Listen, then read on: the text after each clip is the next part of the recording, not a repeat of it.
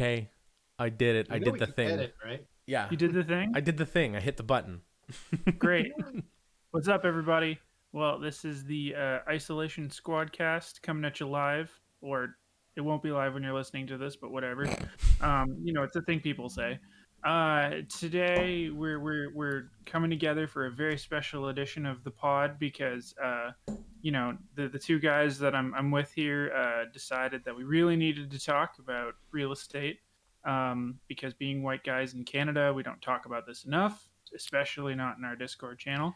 But I'm getting ahead of myself. On this week's episode, I'm your host, the toasted host with the most. Um, Pronouns he, him, etc., etc. Introduce yourselves, fellas. Yeah. Hi.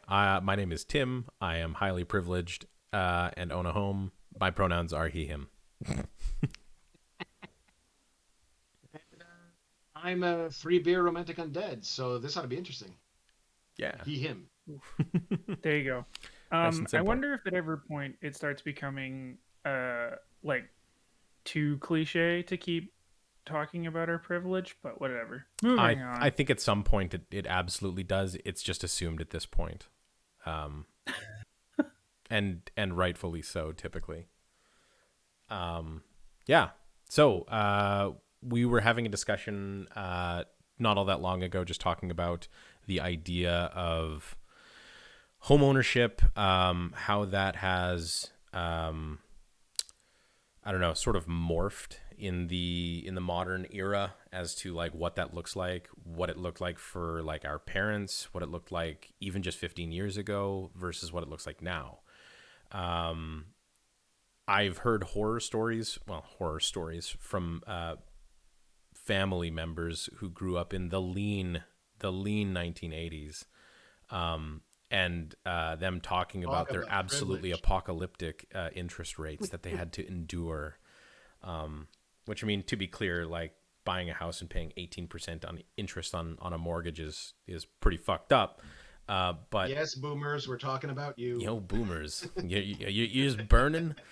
But realistically, when you're buying a house for like, I don't know, 50, 60 grand, like, and wages were about the same as what they are now, fucking cry me a river, right?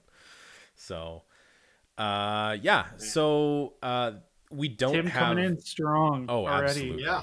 absolutely. Burning any bridges with the older demographics. You know who you are, and you can fuck off. It's okay. They're not No! listening to the podcast. All right, that's the end of the podcast. We Kent's not thanked here. Yeah, Don't worry well. about it. it. Ah! Yeah. But then comes in the later generations. We have had periods of boom and bust across the country. I myself live in Alberta. We've had a lot of good years, and in those good years, things were a little bit more expensive here. But things have like taken a fairly sharp turn, stagnated in a lot of ways. And then there's other areas that just seem to skyrocket. That just seems to be a big problem. So, yeah, I don't know if you guys want to Yeah. talk about your particular situations. Well, I was gonna say just because I know Roman has more experience, I might as well just say that technically I'm standing in for the younger generations today.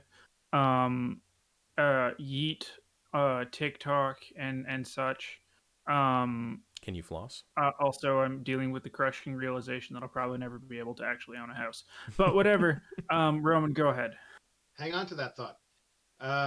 So I'm the oldest one here. So I was born in '77. So technically, I'm not a millennial, but my recent experience mirrors that millennials are currently experiencing. In that, up until this last July, I was renter, and Mhm. recently bought a house. And there's a whole story there that I'm happy to get into if you guys want to hear it. But basically, what it comes down to is like you, Toast. Yeah, I didn't think ownership was on the in the cards for me. Now I work as a public servant, make a roughly middle class income, essentially, or what's generally understood to be middle class income. But I had tons of debt coming out of university.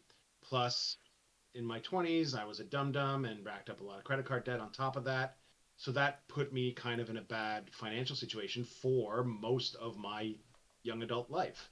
Bad credit plus mountains of debt means no house for you. And I guess I might as well get into it since it's relevant.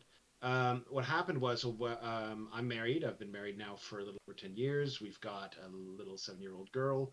And my wife and I have been renting together in Ottawa had been rather, for most of that time. Now, we were always, our landlord, who was a private owner, always was telling us, by the way, like hinting very strongly, by the way, if you ever want to take this place off my hands, I'll sell it to you, right? But for Yeah. most of my young adult life, that wasn't an option, mainly because no bank would touch us. My credit was too poor that I could not get a mortgage, at least of all at reasonable rates, if at all. Mm. So we kind of sort of just put that idea, like you said, Toes, we just kind of put that idea out of our minds. Like, oh, ownership's not in the cards for us. So we'll just keep renting. It's fine. It's not a big deal. Whatever. But what happened was, so for those who don't know, this past summer, so it was roughly summer 2021, um, midst of the COVID pandemic, second year of the COVID pandemic, the market in Ottawa starts going nuts for reasons I don't fully understand.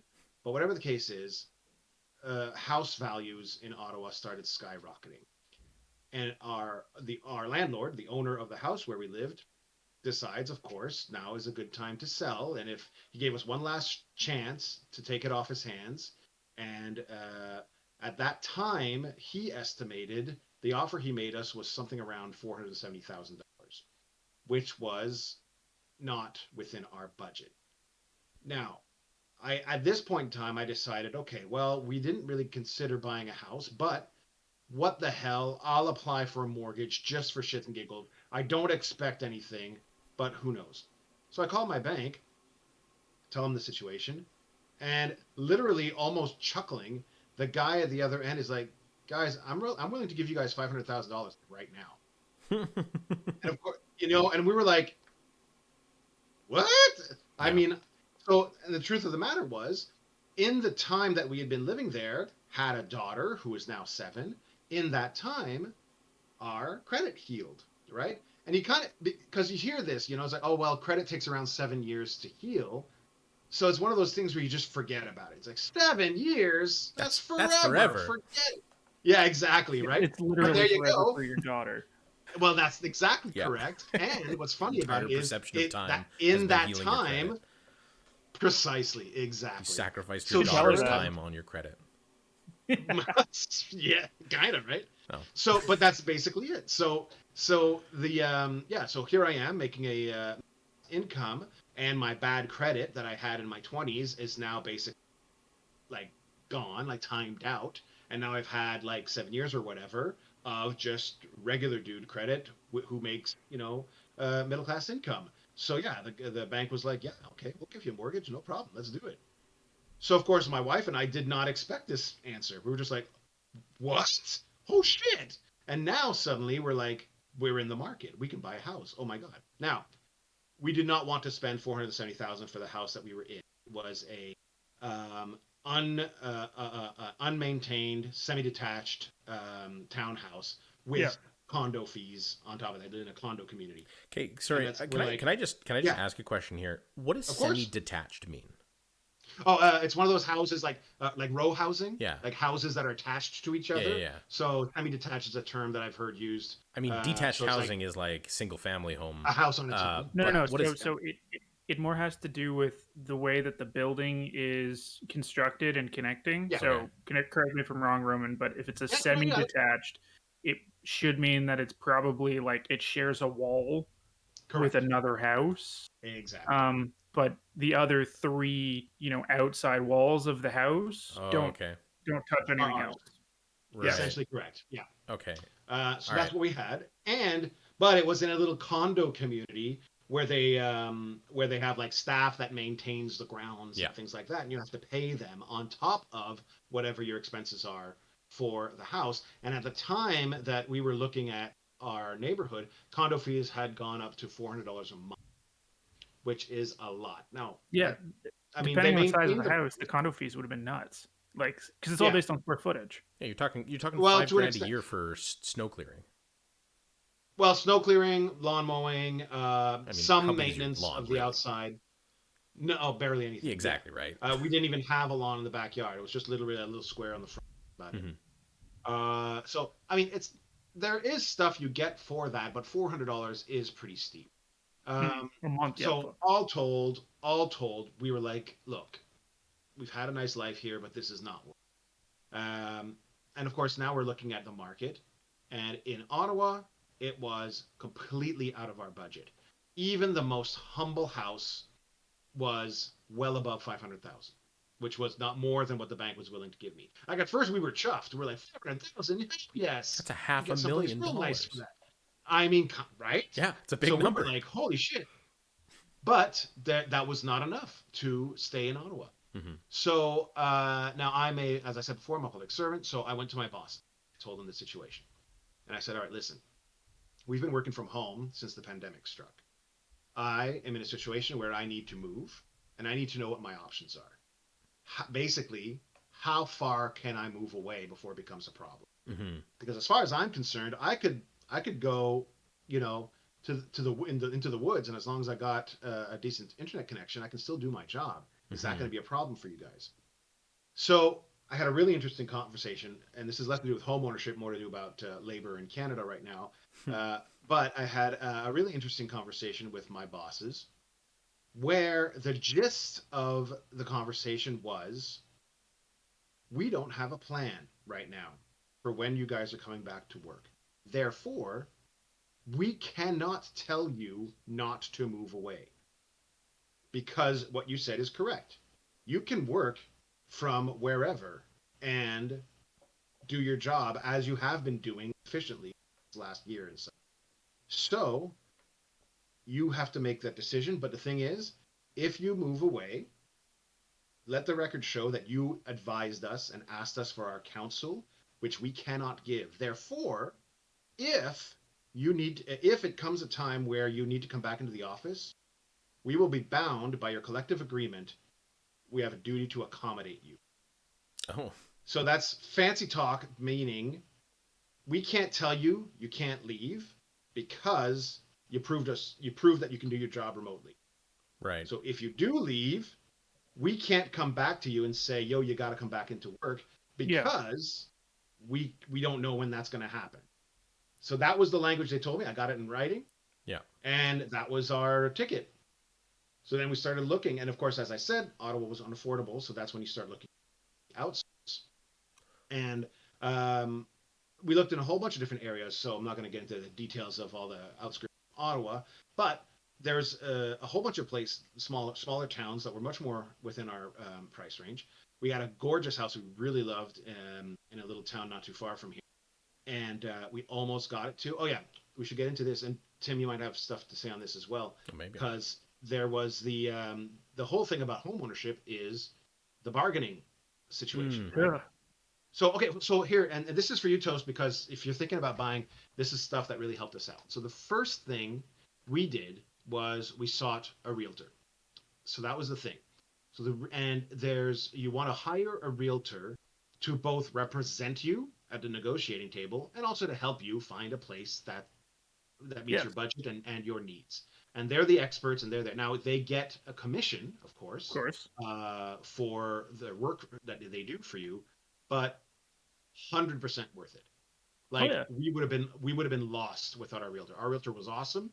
She wasn't afraid to like talk straight with us. Like when she would tell us sort of, guys, you can't afford this.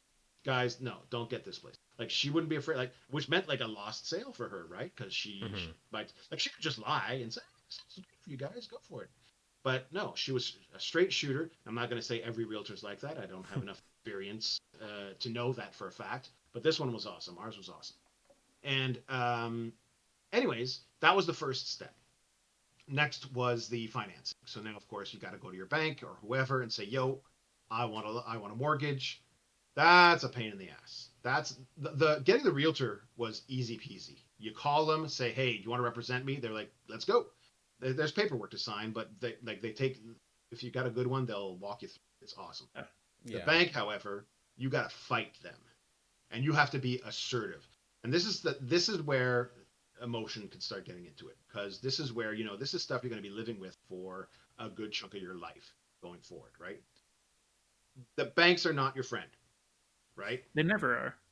No, but it's important. But they try to sell themselves as, Of eh? Of course. Like course. Look at that they try to comfy chair that sell TD has on themselves. their ads. Exactly, right? They want you to think they're your buddy. They're doing you this huge favor. Remember, the banks are not doing you a favor. They are getting paid, and they don't have to do jack shit. All they got to do is sign They're a lending you paper. money. That's it. Hmm. Exactly. Like you are So it's straight up deciding how much additionally you're gonna pay the bank to borrow the To money. take virtually no risk because Yeah, they right, get your house if you exactly. fuck up.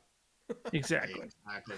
So it's important, but that's like the strongest piece of advice I can give to anyone looking to buy a house is to remember, don't let the bank fool you into thinking they have your best interest at heart. They do not, So right? before we get too far away Yes. from your first piece of advice, I did want to Yeah. talk about the realtor Yeah. thing for a minute because that is something that I have my own experience on, and I am much more ambivalent on realtors. Sure. So I have like just a lot of anecdotal experience with friends buying houses, and most Hmm. of my Right. friends have bought new builds, which would potentially Okay. be like more in line with like maybe your expectations, Cody, based on the conversation we were having before I hit record. We'll get into that, but the bottom line is that a realtor's commission represents a certain percentage of profit That's that's right. Yep. coming out of the seller's pocket. You don't pay Correct. Yes. the Yes. buyer doesn't pay the commission. It's the seller That 100%. is right. So if you know what you want, A, B, new builds are a lot simpler to deal with in that way. Um, Not having a realtor can save you thousands of dollars right off the top. Right. You can just be like, hey, listen, I'm coming in with no realtor. Like, what are you going to do for me? Right. Um, my own anecdotal story, when I purchased my house, I had a realtor who's a lazy fucking prick. No, no. Guy was a friend of a friend of a business associate of my parents. Whatever. Uh, the guy pushed me into a house that he knew that like I could afford, Ah, shit. but didn't provide like good advice to me Yeah. and like got me into a home. So I'm thankful for that. And I was just to speak briefly on it, I was in an overheated market in 2008 in Alberta when things were just really popping off. I think houses on average were on the market for like less than 2 days, which is not as bad as like downtown Vancouver. It wasn't like sight unseen, but if you didn't have your financing in order and go see that house on the first day and have like an offer in hand, you weren't even at the table. Yeah. So Yep. Yep. like if you're going new build, I would really consider no realtor for the extra bargaining power. But if you're going realtor, do not like you fucking shop. You make sure that this Oh, yeah. person has like yeah, and Roman did say get a good one, and mine was good. Uh-huh. Yeah. So that part is 100% accurate. There are shitty realtors out there Oh, I can Fair believe enough. it. who made Yeah. like Totally fair. yeah Totally fair. they make like 5 to 10 grand off of off a house purchase that like Well, you know even they do even like no fucking anecdotally, work so for. so the things that we've been seeing or we've been hearing about um, around Toronto Mhm. are absolutely terrifying because uh, uh, uh, some friends of ours who are together spent all of 2020 looking to get a house. Oh Like, boy. had their savings in order, kind of knew what they wanted. They were going, like, they were renting in the city, but they were looking outside, so it was slightly cheaper and everything. And there was one story they were telling us where um, they had submitted an offer, and around around where we are, we've been hearing a lot of the stories of people coming in like 50K above asking. Hmm. We're Hmm. seeing tons of early offers in the market over here where they're trying to just shut down um, even comparison. Hmm. But anyway, um, these friends of ours submitted an offer, went like I want to say 10,000 or so above the asking price. Um, and their realtor called them a little bit later and basically said, "So really shitty situation. You guys didn't get this one. Sorry about it." But basically, what happened is that the people who owned the house um, received two offers for the same amount on the same day, didn't go back to either. Their realtor basically advised them to like flip a coin and take that one. Whoa. And my friends Yeah, lost it. that happens. Well, I've got a similar story. So yeah, no, based on That's so the fucked up. health, I guess, of the market. They were like, "We would have, Well, if you would have come back, we would have given you an extra 10, well, like that's what I'm saying. to take it, like Mm-hmm. no Well, here's what problem." happened. Yeah. So in our case, so I was mentioning this. There was a really nice place that we liked in a small town not too far from Ottawa, and it was facing a man-made lake. There was a beautiful park literally across the street. We were Yeah. stoked. The house itself was pretty cool too. And on top of that, they were gonna. It was coming with the basement furnished already. Not that we super needed it, but bonus, Hey, right? sure. Yeah. But yeah. Extra living So space. anyway, yeah. So all that said, we were stoked about this house, and we were willing to like bust the bank on this one. We were like, okay, so because Toast, you mentioned going above asking, right? Oh yeah. I don't remember. I don't remember what they were asking, but this was now perhaps the fourth house that we were considering and making an offer, having three other houses previously where our offers were rejected. Okay, we're starting to feel a little burnt out at this point. Yeah, But this one 100%. was like, this is the one. We want this one, and we told our realtor so. We said this is the one. I don't remember what the asking was. I'm gonna say 320,000. I don't know that is what it was. But we were like, okay, based on our experience before, we're gonna go way above asking. We want this one. We offered 380,000. Okay. Yeah, that's significant. Now it is, but that was basically what we were seeing with What the you're other needing houses to that we do found to in like on. really. Exactly. Yeah. You end up following the trend and thus keep Pretty the much. trend going because Pretty much. Now, to be fair, Perpetuating 300, like, yeah. the toxic So our, housing prices. but I mean, that's what was happening, right? Now, of course, we Yeah. didn't have the luxury, right? We were getting kicked off our yeah, rent. We didn't have time to take forever to pick a house. No, So and we love there's this no house. ethical We really consumption wanted under it. capitalism. We understand. It's fine. You got to do Oh what my you got to God, do. no. Yeah. So we make the offer. Oh, and it's important to note here, when you make an offer on a house, usually you attach conditions to it, right? of course. So in our case, we one of the bank's conditions was we had to put on a condition of financing, meaning that we can't buy the house if you can't get financing. Sure. Duh, but it was a legal thing. But the other condition that most people will advise you to make when purchasing a house, Home inspection. correct. Mm-hmm. So we put that condition on there. We're like, okay, we want to offer 380,000 on condition that we can get an inspector in here to make sure it's in fine shape. Mm-hmm. I get a call back the next day from my realtor. I got telling me, so this was an estate sale. The person who owned it passed away. The person's family was selling on behalf of the estate. They got in touch with the realtor and said, "Can we want to know more about this prospective buyer? Mm. Could you get them to create an introductory video for us?" So here's my realtor calling me, asking to put together a little video to introduce ourselves to the family of the deceased person whose house we were buying or looking to buy. So I Got thought that's weird, but okay. And my wife wasn't around that day, so it was just myself. So I'm like, and they wanted it like now. They were making a decision. They offers. They were making a decision that day. Sorry, you cut They out wanted how a many video. offers? 5. Oh shit. Okay. Yeah. All right. Yeah. So I'm like, oh shit. But the fact that they wanted this video told me they had not right. So it wasn't a direct no. To Okay. like, What? Sorry. I got to interrupt you. Just Yeah, for we now. keep losing them. Yeah. You're just dropping out a little bit here. Like. oh shit. Yeah. I don't know. I'm not sure what's going on. Anyway, try again. Yeah. Keep Okay, going. But so what'd you catch? So they wanted a Oh, video. Yeah, they want. yes. You got Yeah, that part? we've got all that, but and Okay. this was encouraging enough to understand that, like, they had not made a decision. I Correct. kind of got Correct. that by in Yeah, context, but yeah, that's right. So I'm here. I'm there with my daughter. My wife is doing other stuff, so they wanted it now. So I couldn't wait for my. no, So my just daughter was in lost a you. grumpy mood. It's okay. He Ah, said wife to come home. It's fine. Keep going. Okay, the fuck! I don't know what's going on, guys. yeah, it's all good. Fight through the Um. room. Come on. Fight So through the anyway, pain. wife's not home. Fight through the pain. Wife's not home. Me and daughter put together a video. Daughter's grumpy, doesn't want to do it.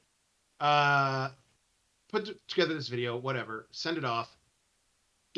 Realtor gets back to us a couple days later. Sorry, they turned you down.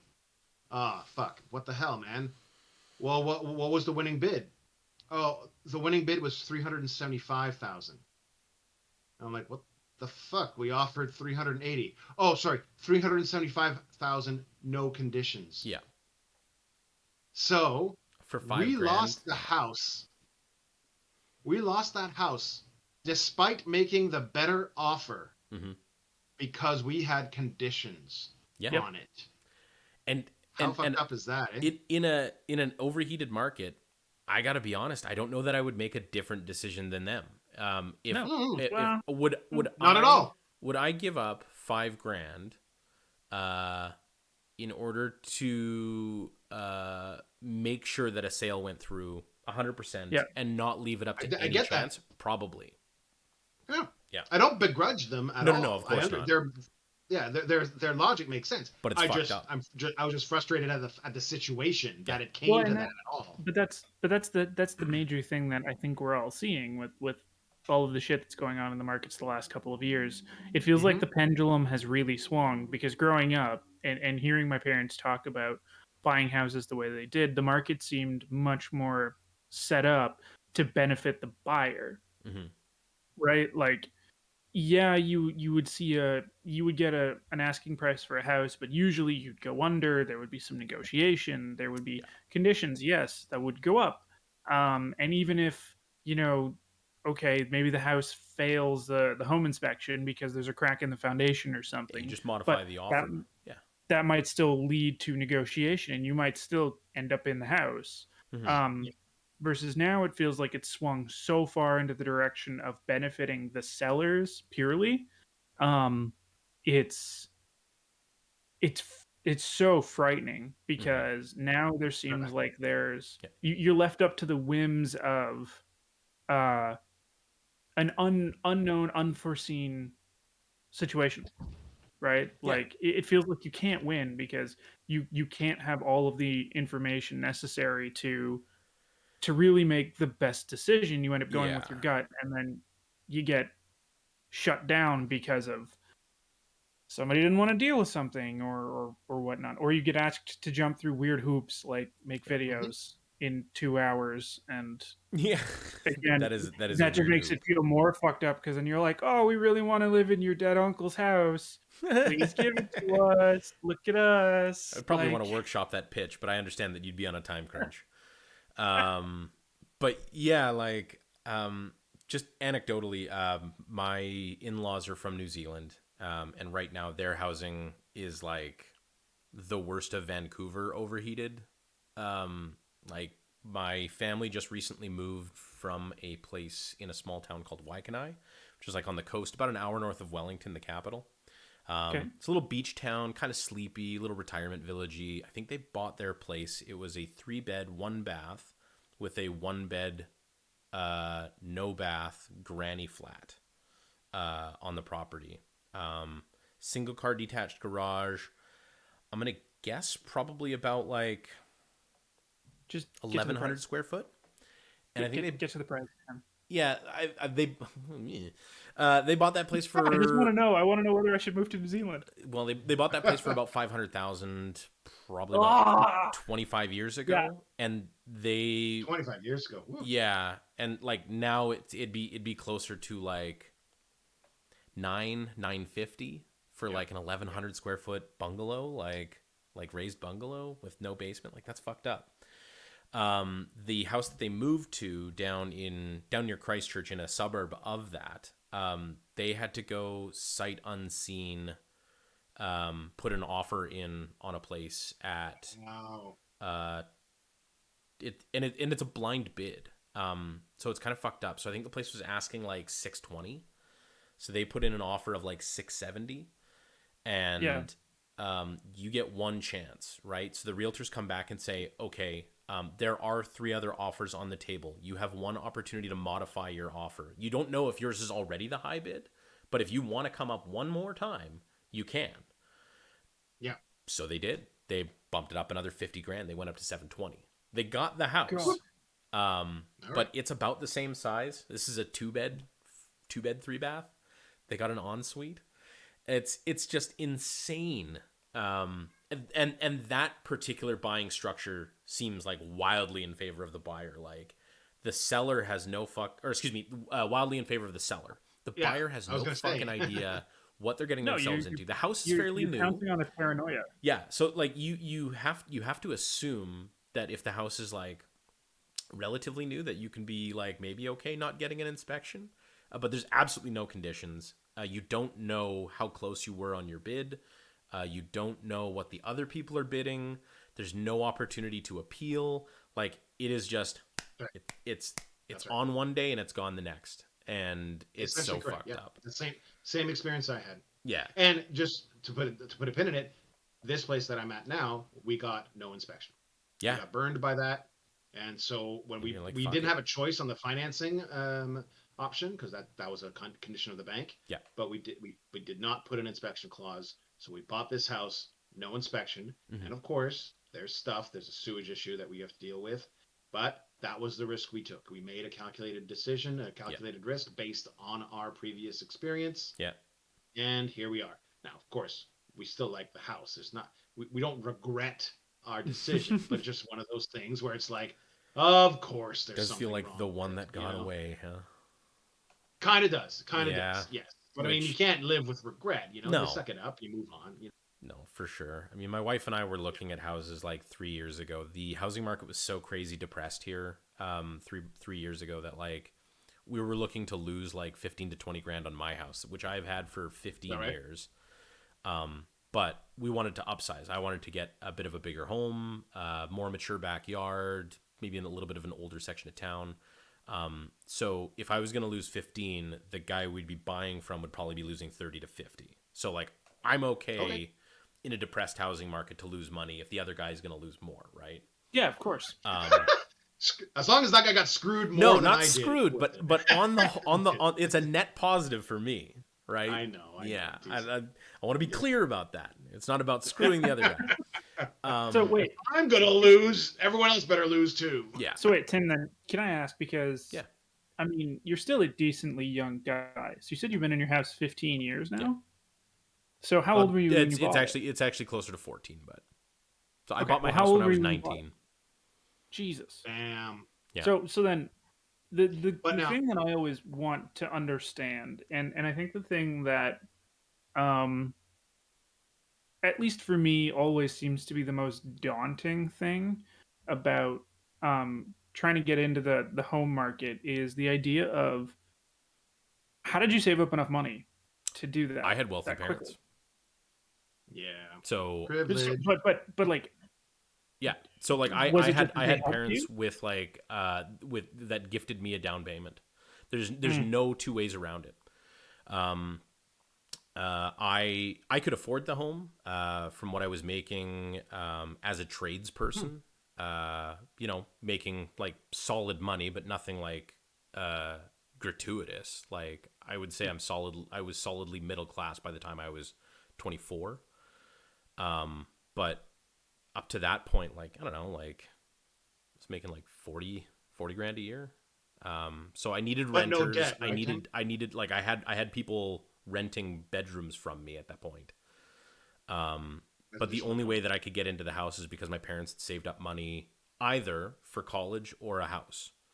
And they were going to help me pay for college, which we can talk about that another week, but I wish I'd have gone to college instead of buying the house, right?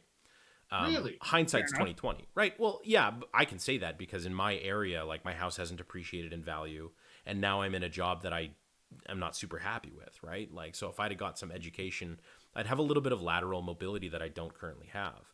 But that's why, like, I came into this saying I'm the privileged one, is because I'm disappointed about this wonderful opportunity that I had. Right? It's about picking like which delicious meal and being like, oh, I should have got the other one. Like, fuck you. You're well fed, right? Like, there's nothing about my situation that is in any way something that I can complain about. Well, and Yeah, and I mean, I did sort of bury the lead with the start of the conversation yeah, because sure. technically, while I'm not a homeowner yet, Hmm. we are actually, as of next year, going to be in the market. Well, Right. well we will be working towards owning a home. Yeah. We bought a pre-built condo back in 2018, and we get ownership of it at some point next year. Okay. Um, Oh, okay. and we have to get our financing in order and our mortgage and everything like that. Um, but the idea of starting to pay a mortgage in Toronto is Daunting. scary. Um, but luckily, I think we're in more than a fine place to be able to do it. Hmm. It more then becomes the question of like we kind of go back and forth about whether or not it's what we really want, and if not, where do we want to go, and everything else. Yeah. But at least having that feels more tangible, like we can actually continue to work towards it, right? Hmm. And I And mean, you should still at work least, towards that goal specifically, but like whether or not, like, yeah. when the time comes, you can really decide whether that's what you want. But Well, like the more I think about it, the less I love the idea of owning a condo. I don't mind renting when you Mhm. have to, but like there's not enough space for what I want. I need a garage. mm, Mhm. Mhm. yeah, that's one All Um, thing things that, to like, consider. I don't know that I could really live without. Like, Yeah. the idea I of mean, not having a yeah. place to park my car would drive me nuts. And I've only got a one car garage. My wife parks outside because she hates parking in the garage because it's just too tight. Oh, really? Yeah, so yeah, I will take that all day long. So yeah. Absolutely, I don't have to brush the snow off in the morning. That's fine. I Go. was just gonna say. Yeah, exactly. Like, So that's my cross to for bear. my That's fine. entire adult life, I have had to scrape off cars, Yeah, and now for the first time, I have a home with a carport and a garage, yeah, and I don't have to do that anymore. yeah. And it seems like such a small thing, but oh my God, what? no, it that is a big advantage to still living Yeah, in yeah. condos. Yeah. I, So, I don't want the garage. I want the garage for storing shit and like ooh, doing Well, that's projects. literally I what we're know. doing right now. The car's in the port, and the garage is my. There you go. Yeah. Yeah, for real. Yeah. Yeah. So I mean that's completely reasonable, but like, so when we're looking at like what's happening on the coasts and whatever, like, you were making an interesting point, Roman, that like, you deciding to get into your own home was predicated on the idea of you keeping your job and being able to telecommute in theory, Oh yes. right? Oh yes. Hmm. At least in the short to medium term. Correct. Like, I'll tell a small story, but like, a buddy of mine, his wife went for her to do her PhD for psychology, so he had to go to the All University right. of North Dakota. Got a job Okay. down there with like an engineering firm that was do like engineering, like HVAC systems. Wait, are Oh, you trying to like crowbar in a story about Muffin when he's not here? No, no, No, what this that's is? that's the other American. So this guy, they ended up getting an opportunity. She got to do some of her education in uh Mormon capital, Utah, Salt Lake City. Yeah, okay. she got an opportunity to go there. They were like, oh, no big deal. Like, we'll just get you a computer and a cell phone plan, and you can work remotely. And he's still working for that company now in Canada, where Cool. they were completely okay with him telecommuting. And like, some jobs are really conducive to that, and like, if you can keep up your productivity, that's fantastic. But like, Hmm. that type of flexibility to be able to move and get into, like, keep a salary that would be, favorable in an area like Ottawa, and moving, say, like somewhere like coming to live like in Alberta, Saskatchewan, Manitoba, Yeah, somewhere in the prairies, and literally paying half for your house. essentially. Yeah, like if you're so I know the government I know the answer to this question, but like wouldn't it be neat if they were like, hey, if you moved 3 hours away versus 13 hours away, what difference does it make? You're not coming into the office every day anyway. I mean, Do yeah, we the see ourselves answer. like as a society getting to that point, like with this pandemic? Oh, well, I mean, now we're going to shift the conversation A to little the bit. future Just of work the here. telecommuting thing and the ability to shift around your purchasing So to like other depressed areas, which might uplift I those am of the areas and opinion. decrease the pressure on some of these higher ones. So I 100% agree with you. Hmm. Yes, I'm absolutely of the opinion that if you work in a position that you can work remotely and be just as efficient and productive as you can in the office, if not more so, Hmm. absolutely you should be able to live wherever the hell you want, Yeah. provided, of course, you have a reliable connection to work and that you are reliably reachable, Yeah. right? But that's for management to decide. Yeah. Also, I think, well, part of it, and I can only speak from my experience, but I think part of it is that there's still the old school mentality that can't disassociate productivity with butt in seat, Hmm. right? Oh I yeah. am of the 100%. opinion for a job like mine, which is mostly, data entry, file handling, stuff like that, my productivity should be judged by my actual product, the files that I deliver, Yeah. instead of how many hours I'm on. Yeah. But that necessitates a culture change, right? Yeah. That necessitates old school mentality thinking, okay, I'm not paying because I am salaried. I'm not paid hours. No. I'm not a retail worker. I don't need to be somewhere to make my presence known just to earn a paycheck. Hmm. My work is the product that I deliver. It just so happens that I am mandated to work between the hours of 8:30 and 4:30 in order to deliver that product. Hmm. But when you work remotely, that doesn't need to be limited to those hours. Nope. I can work whenever the hell I want. Set expectations, of course. Hmm. Tell me what you expect of me within a given time, and I will deliver. Yeah. But who cares if I do it at 7 in the morning or at 6 at night? What difference does that make? I'm just As wondering, long like, as I'm meeting my deadlines. how many of these industries, like, how long would you need to break that culture? Like, I don't know, is this like a Oh my 5 year God. pandemic, a 15-year pandemic? What would break the back of this like Well, ass in the seat that's mentality? I mean, it's pure speculation, but there's like no telling. Yeah, I know. It's purely a psychological. I feel like you It's could do it in simply a like matter five of. years. I feel like if we were to be doing this in another 2 to 3 I th- years, that like it would I think it become way depends. less I think it required. depends on how progressive minded the people you work for are. Yeah, I well, that's mean, definitely part of it. not to get too political, but I mean, people. I find that people with a more conservative mindset tend to want things to stay the way they've always been.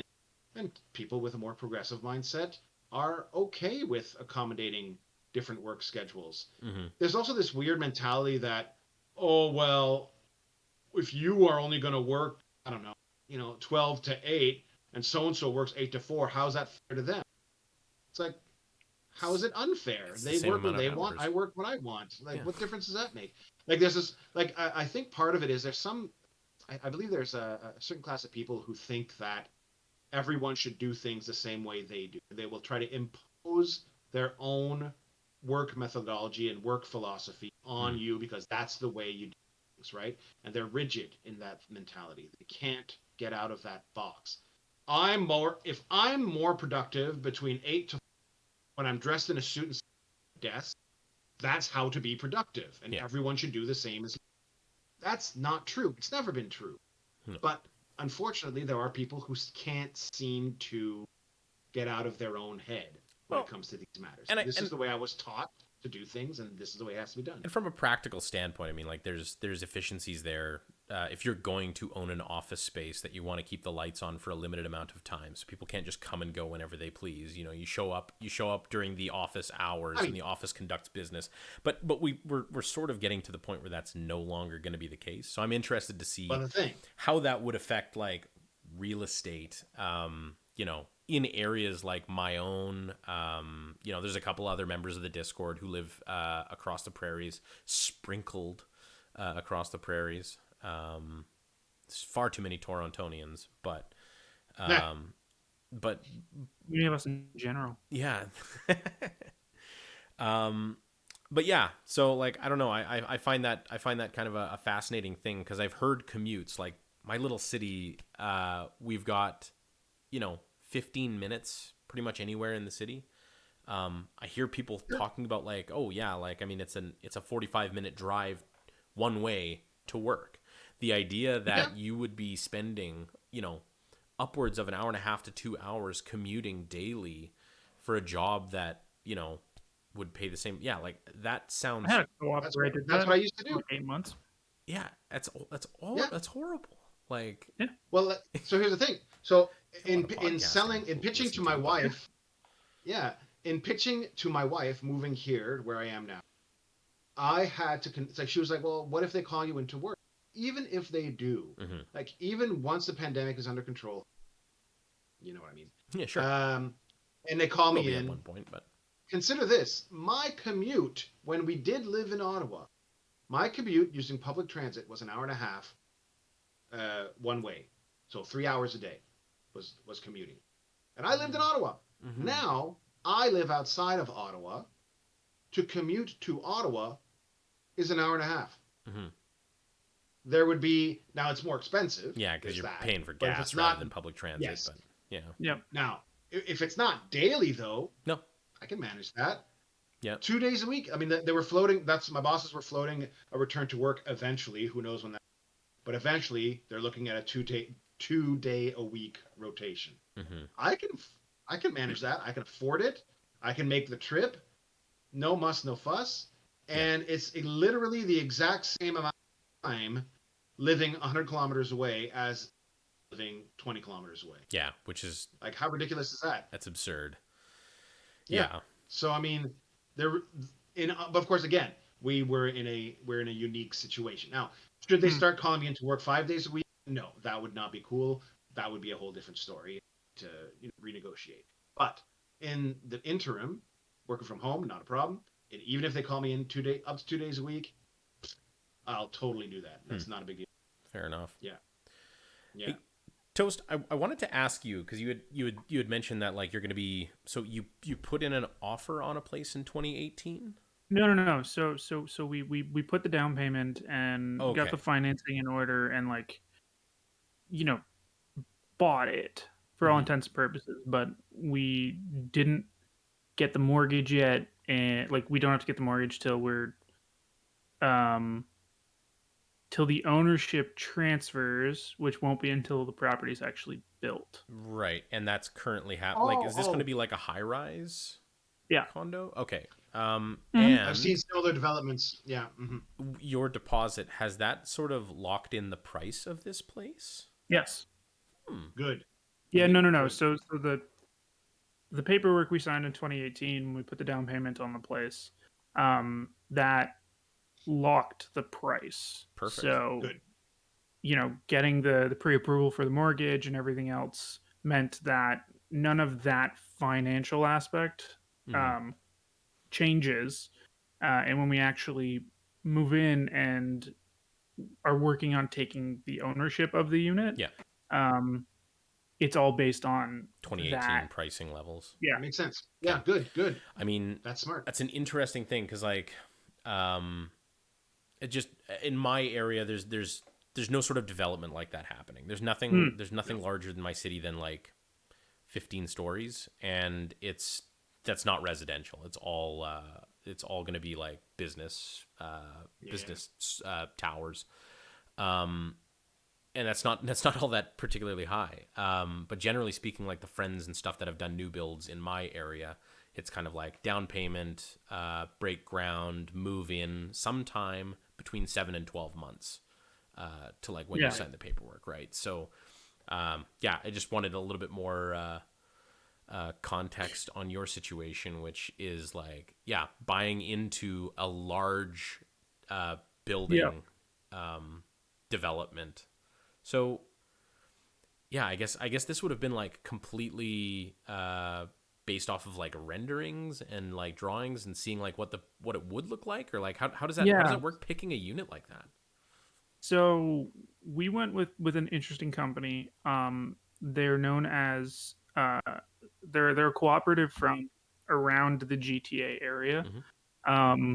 They basically try and put together um, buildings like this, particularly for first time home buyers. Yeah. Um, so they're not necessarily like, super chic. They try and kind of keep the costs low in order to make it as affordable as possible. Um, Utilitarian. yeah, but not necessarily like bare minimum either per I get it. se. Sure, And they're sure. partnered with a company that actually is meant to help with additional down payment assistance. Hmm. So the deal is that so long as you can qualify for it, you only have to go in with 5%, and they add 15% from this additional company in order to bump you up to the 20% for when you go Right. for your pre-approval for your mortgage. And Um, that would be a separate financing through this other company. yeah, That's okay. yes, yeah, yeah. But the way that they make it work is that when you pay that back, as you do, um, it goes back into like their collective kind of coffers, which they then continue to keep and give to more Redistribute. people in the future. Yeah, Okay. to Okay. continue helping to buffer people in that way, That's an I right? see. interesting model. Interesting. Yeah. Interesting. Um, Now they've also got like they don't want people necessarily buying up units and purely renting them. So Yeah. Oh, you're gonna there's a Airbnb little more. this, right? Yeah. No, you can't. Um, you like you had to sign a bunch of documents saying basically like this is our only property. We're not going to rent it. If we get caught renting it, you got to pay back all the assistance and stuff like Hmm. that. Um, Good. but mostly the holdup with a lot of the project is more that because of the number of units and the financing necessary in order to try and construct Hmm. a full building like this in like the city of Toronto, they need quite a bit of money. Yeah. Um, and that's all coming from selling the units Yeah. beforehand, Yeah. right? So if they can't sell a certain number, they don't have the funds in order to start construction and Right. actually Right. start to get everything Kind going. of like a Kickstarter. Kind of. Um, Ooh. and I'm COVID obviously kickstarting a has kind of building. COVID has kind of thrown a lot into that, but Yeah. yeah, they've been a fantastic company to deal with. So Cool. That's nice. All right. So Well, that's good. do That's you know good. where they're at on the financing side of things? Like, is this for sure going ahead, or does it look promising, or oh like yeah, where does no, that no, go? the building is like uh our unit is real Oh, cool. now. It's not Built, Yeah, finished. but it Um, is tangible. but You there's a could go up and building touch there. it. yes, it does. It's Yeah. tangible. It exists. Cool. Um, the they're they're still, as far as I know, on track to finish up next year, which is Nice. good. I mean, Um, construction timelines are a moving target. I get that. yes. Yeah. Well, I Mm-hmm. mean, when we first bought in the original timelines, I think were for the end of 2021. Oh, So okay. we have been kicked out, a little bit since then, which Hmm. is annoying. Hmm. Um, because it does mean that it's we've been held up with it for like it'll be 5 years at that point. Yeah. Yeah. Um, and that puts certain constraints on your life. Yeah. Um, but yeah, I mean, we're excited that it's happening and that we're gonna have a thing that's ours, which is really cool. Yeah. That's There you fantastic. go. That's good attitude. Yeah. Yeah. That's really cool. A building like that in Toronto, I don't know, what sort of amenities a person gets, but like, what does that entail? Like, I remember staying downtown in Calgary, Mm. and they had like, they did not have dedicated parking, but we were in an Airbnb, so I don't know if that's just because it was the Airbnb, probably likely was, but they had like grocery store attached. Like there was a lot of like really So nice stuff. Like I liked the idea Hmm. of these types of apartment living in in a downtown setting. It seemed like yeah. a cool So thing. we moved to Toronto about 6 years ago. Hmm. Just before I was done school. Because Val gotten a job, and we found a place, and ended up sticking around. That was the first time where I was exposed to what condo living in the city kind of is. Yeah. Um, and it kind of varies building to building, and thus also can change how much you're paying in condo fees. But like the last couple of buildings we've lived in, like they have a pool, they have like theater rooms, they have event rooms, um, they all have underground parking, which is really nice. That's nice. They have 24-hour concierge with like a parcel delivery, and basically like um, I don't know, like they they take packages and like Yeah. hold on to them for residents and stuff. Yeah. Um, which is a really nice thing.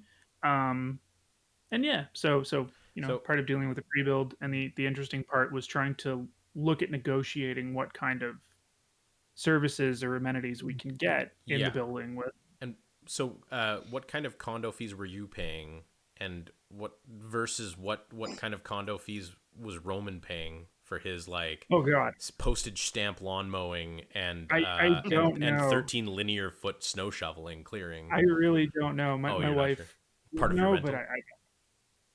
I Yeah. Okay. All Was it right. included in your rental fees? oh yeah, no, like we were Yeah. paying rent every month. Because I mean, like Okay. that kind of shit, I could see like value paying for, right? A concierge service, parcel service, Sure. Yeah. having event rooms that could be spoken for by residents, a swimming Heck, a pool, pool alone. that kind of shit. Yeah. Like Mhm. that's something. I mean, not everyone would want to pay for that, but I know I know lots of people who would pay for that. So Oh yeah, yeah, like hearing you describe that toast, like I'm picturing to myself, like, yeah, if I was still single, that's where. Yeah, that's where you'd want But to be I'm for not. sure. Like, You know. yeah, at man, first it's very much like being in a hotel. It's a little A little bit. uh it's gotten a lot weirder with COVID because Mm. obviously like trying to keep people safe, a lot of the amenities have Mm. been shut down. Hmm. Um, And probably still but having to be paid for at full pop. I, sorry. I doubt that the condo fees would go down to reflect a lot of those Oh yeah, they're closures not going to either. reduce your Oh no, condo of course fees. not. Yeah, of course. I know, but like You fool! Why would you think such a thing? I didn't think it. Yeah, brought it up Just though. pointing it out. Yeah, yeah. Oh man, like that's a side of things that I've never had to deal with. I rented a basement suite from this psycho for like 6 months, and then I bought the house. So like I've never had to deal with like anything quite like that, and I've never had like the wild urgent move living conditions that I've heard some people having to talk about. Hearing people talking about moving like every year for like the last 5 or 6 years. Oh Like god. that seems like so wildly untenable. Um, fuck, Well, I we can't That's even life. imagine. like That's life for 20. Sorry, go ahead. Yeah. no, go ahead, Roman. All I was going to say to Tim's comment was that that's life. That was life for me in my 20s. Yeah. I moved like 4 times at least, and I had buddies who moved like you said, yearly. I swear to God, it got to be a Nuts. real pain in the ass because we were Well, when constantly helping each other move, but it was like 6 times a year basically. It felt like we were Mhm. when moving we were people. in school doing co-op, like we were moving every 4 months, That's the thing. arguably Yeah. every 4 to 8 months. It was our first place in the city where that was the first time I think we stayed in a place for like 4 years. Mm. Wow. Um, yeah, and it was an adjustment, and it was weird to think that you'd blink and look back on like 4 years in the same place. It was the Yeah. first time that's happened. Yeah. It's weird. Yeah. I don't know. That is Yeah. wild. But then of course you get comfortable after a while, and then you settle. Yeah. A Moving little bit. is like, when we moved to this place, we're like we are not asking our. There's probably And a lot movers of are expensive. inertia. Once you Yes. settle down, that like it becomes harder to get moving again.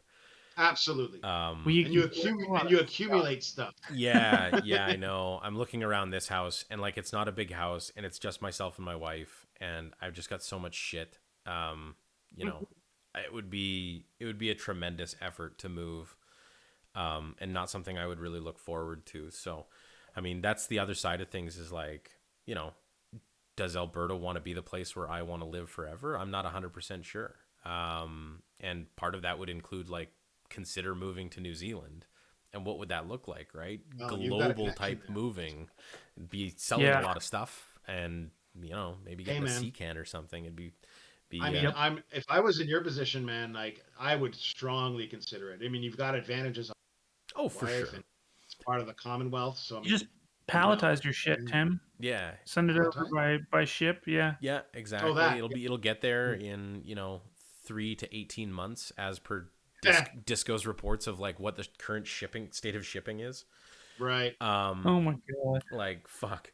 Or you just Um, let it go. yeah. You just let it go. But I mean, like, Dump all it your would be shit. sweet. But primary number one, Kate just wrote her citizenship for Canada, so Right. Yeah.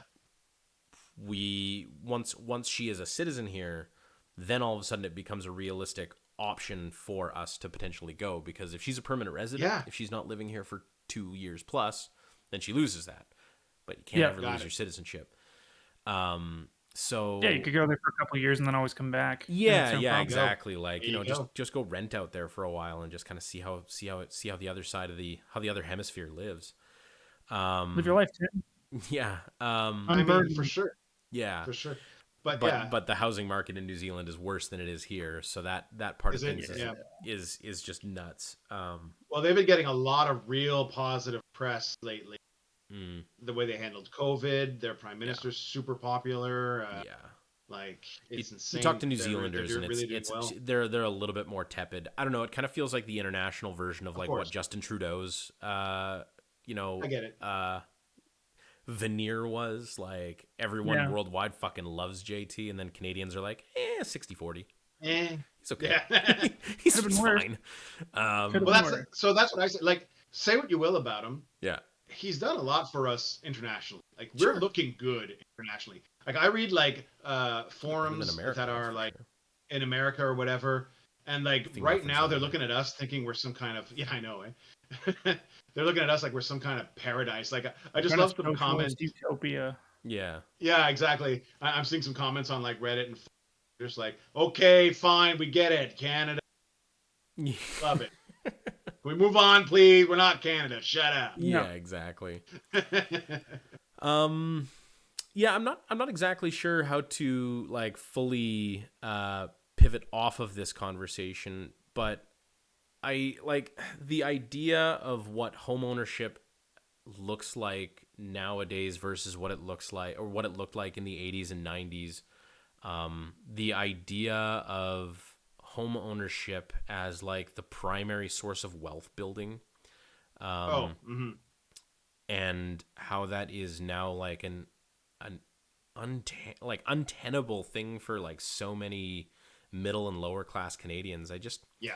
I worry that this is becoming like a bit of like an investment bubble that likely is going to burst at some point. And Well, we keep the scary expecting it thing to, about a and it- bubble Yeah. is that like depending on where you get on the bubble, the closer you are to the edge of it, the more it's going to hurt. Right. I feel bad for like new homeowners, like in these overheated areas. Like we were talking about another Discorder who said that he just bought a condo like 3 or 4 years ago that was out of his price range, and it's already well appreciated past what he's Right. paid. He got it at the right Which time. is a good situation now.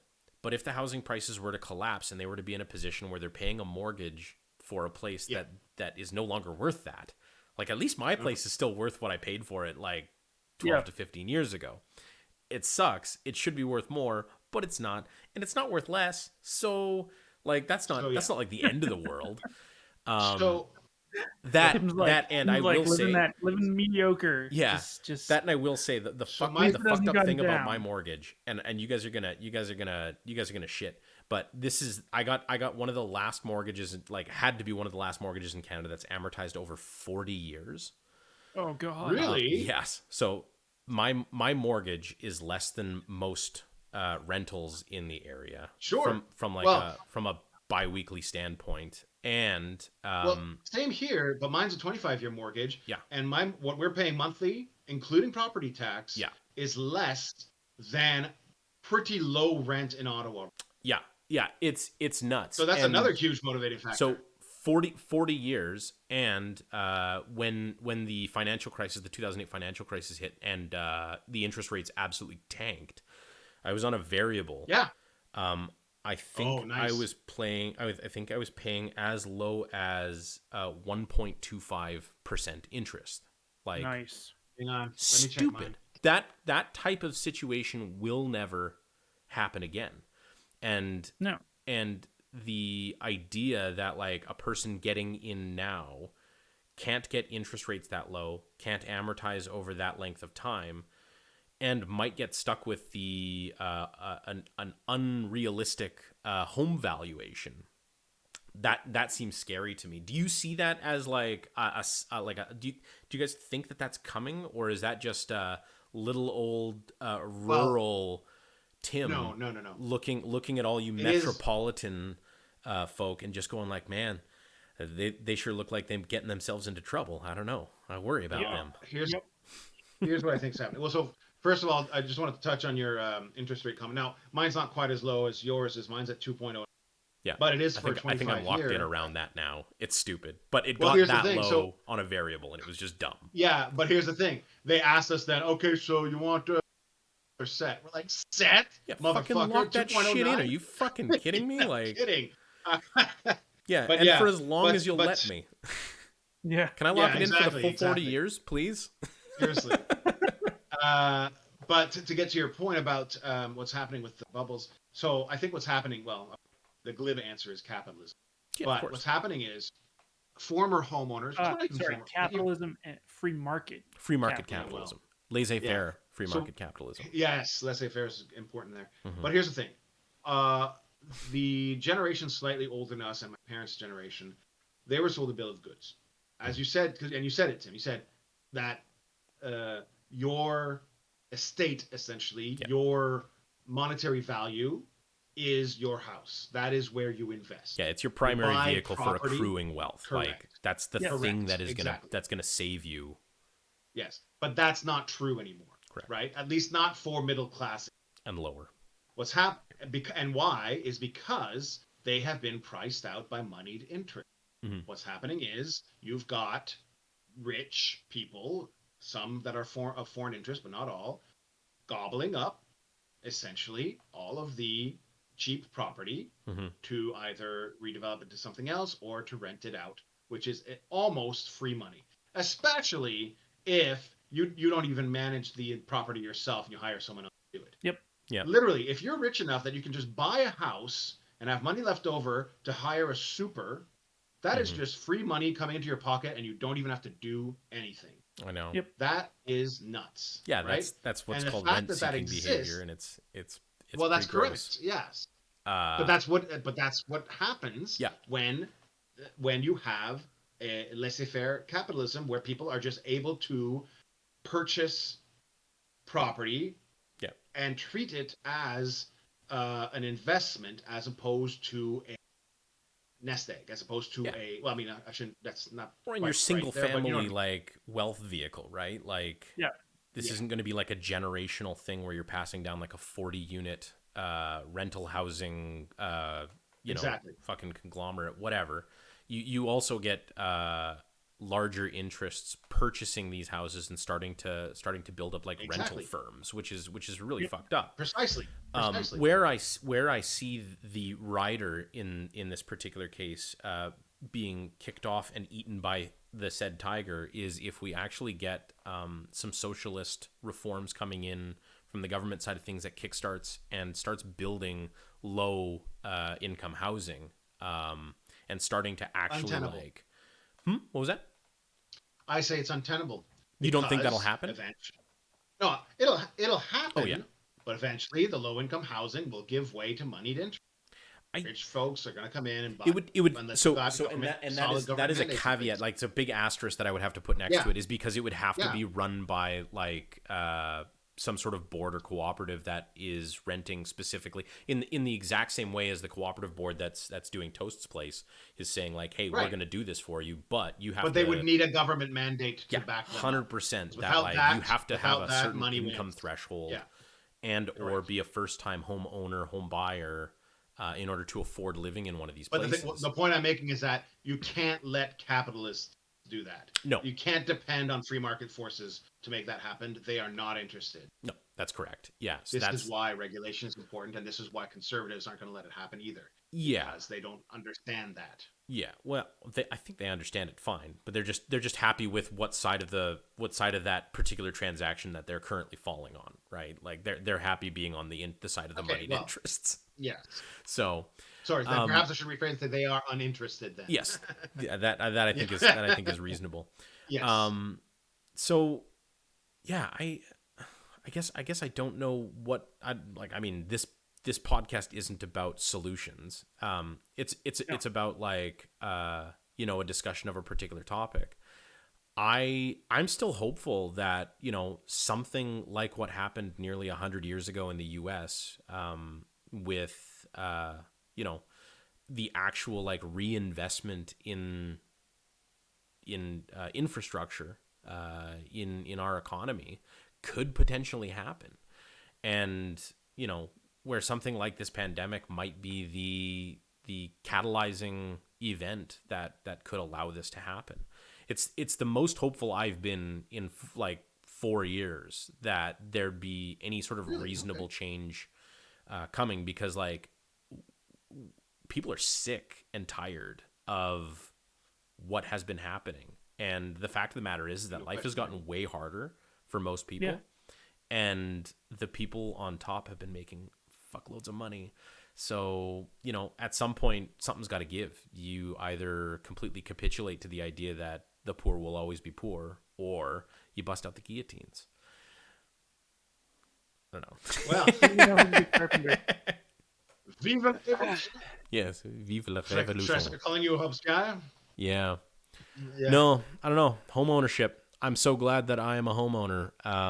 But I mean, we were lucky. Yeah, 100, So, 110%. I want to say that, first of all. The last of all. Now, okay, fair. Yeah. But my point is that now I'm not gonna I'm gonna take some credit. I mean, I found myself in a job that me to. Yep. And I do deserve a bit of credit for that. That wasn't pure luck that got me this job. Sure. Nonetheless, I am lucky that job was available to me, and that I to maintain it 100%, and that it has permitted me to work remotely, which as corollary has permitted me to buy a house within your my price budget, bracket, which would not have been possible, for example, had I had a job demanded that I work on site, because then I would not have been able to afford something reasonable. I would probably still be renting, which means I probably would be paying a month as a renter living in Ottawa than I am now as a homeowner. And not gaining any sort of equity. Yeah. Correct. Right? Exactly. Like you're paying Absolutely. more and saving way fucking less. Like it's nuts. So yeah. But I mean, I don't want to discount the fact that there's and I know not everyone is in my toast. You're not in, and so it's true, and I recognize that. You can't just leave Toronto. You have ties there, and your work doesn't allow you to, right? And it's fine, right? Like, I mean, at the end of the day, we're still young, and there's a ton of time to figure out where we're going to end up and what we really want to do in the long term and everything, right? Like, yeah. And your particular situation, having locked in 2018, also seems to be like, I mean, that's good too. Yeah. And to be honest, as much as I kind of can complain about maybe some of the timelines or whatnot, it is in the end way better for that, right? Yeah. For helping us to be in a really good spot to start out, right? Mm-hmm. And to start being able to chip away at creating that equity, which again will allow us to really do whatever we want to do. Yeah. It's going to springboard you for the next stage of your life, but it does seem wildly unfair. I know I've heard too many stories of people who work just as hard as me, and through no fault of their own are incapable of finding affordable home ownership. Like, oh gosh, that's so fucked up. Like the ability for someone to rent a place, if that's what you want to do, I want to, like, those things should exist. Not everyone should have to own a home, but everyone should be able to own a home, at least a starter home. I remember some of the houses in my city, like when I first was looking, like the little shit shacks, pre-war, single bed, single bath, a kitchen and a living room, like maybe 600 square foot, but single family detached home, selling for like 100, 120, like infinitely affordable, crazy Yeah. Sure. affordable. I don't think you could get a place like that for under two.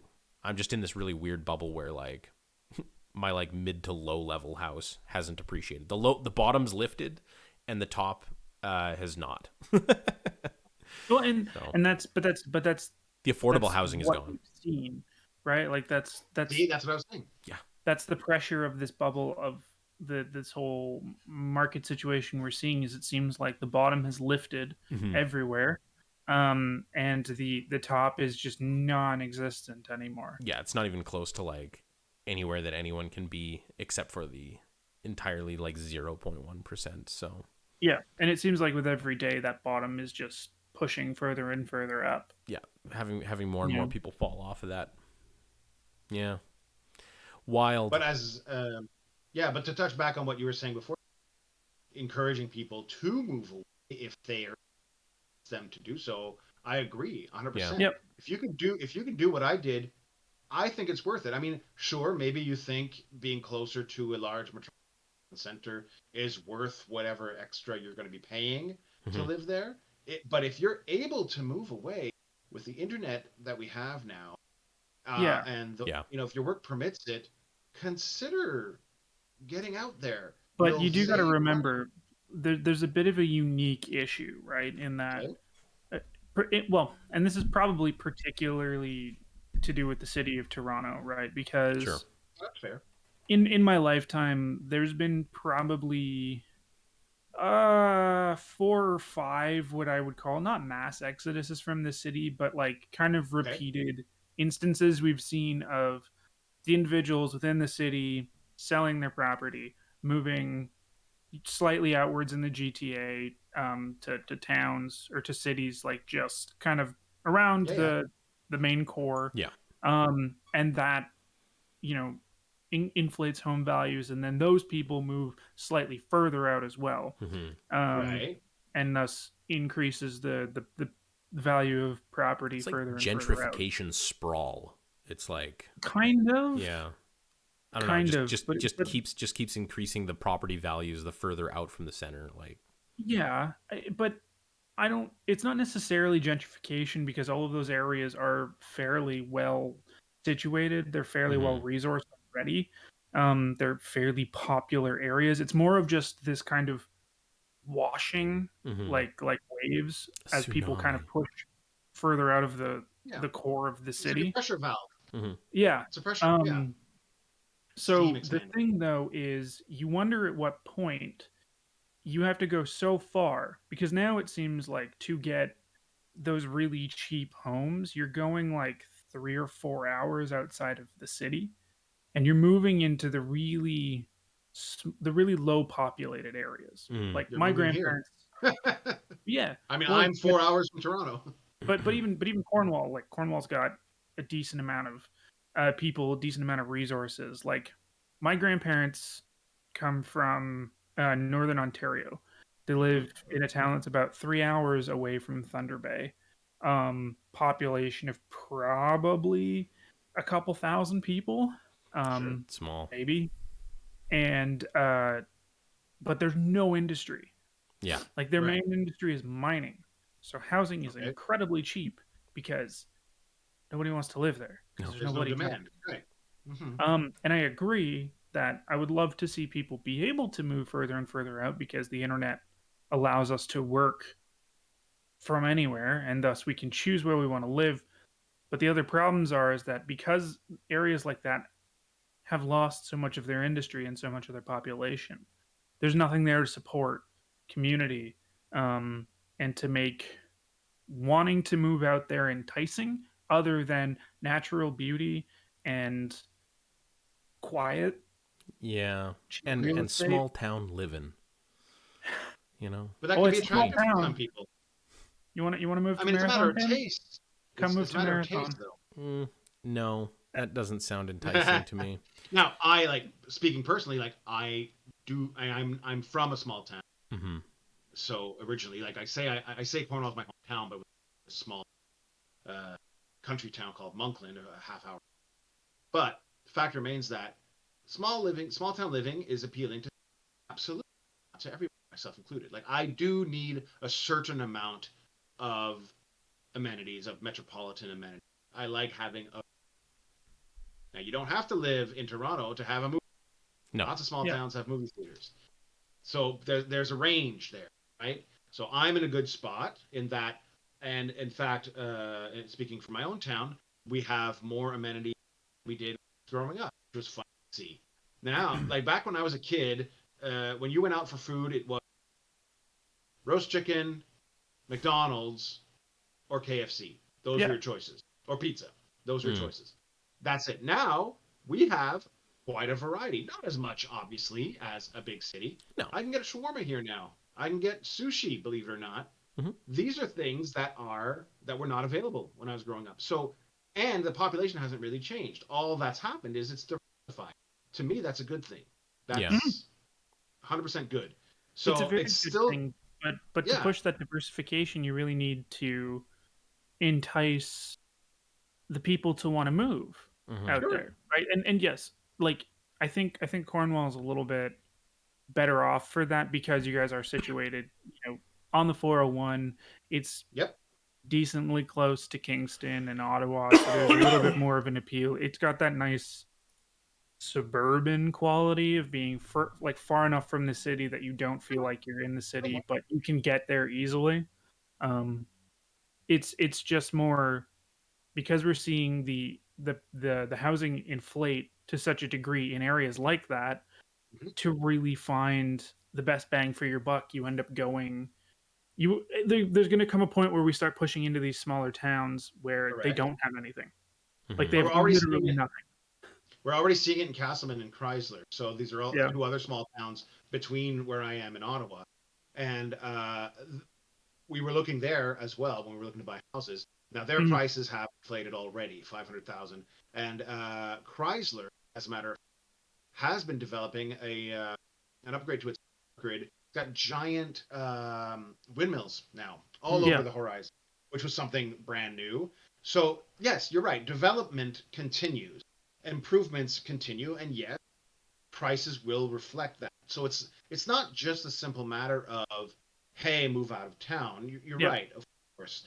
The fact, however, remains that um, just because you have work in a central core of a large city, more people should feel freer to move away than perhaps they do.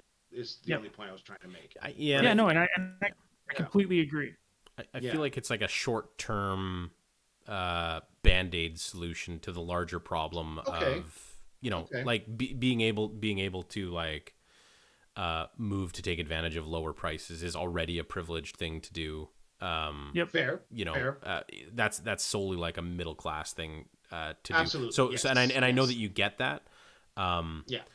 like it's one of those things where it's like, yeah, do it if you can, But but but Tim, to that point too, mhm, I do want to mention that like I think part of what I'm trying to get at too, and part of the thing that I've thought about for a very long time, going back to again, speaking of trying to start up industry in smaller towns in Ontario, is mm, something that I think is super important because that's how you help not only make areas like that enticing to viable. take Yeah. pressure off um, more expensive areas, but that's also how you end up showing other people, getting other people interested as well. Because if you can create the jobs necessary to keep the community going, Yeah.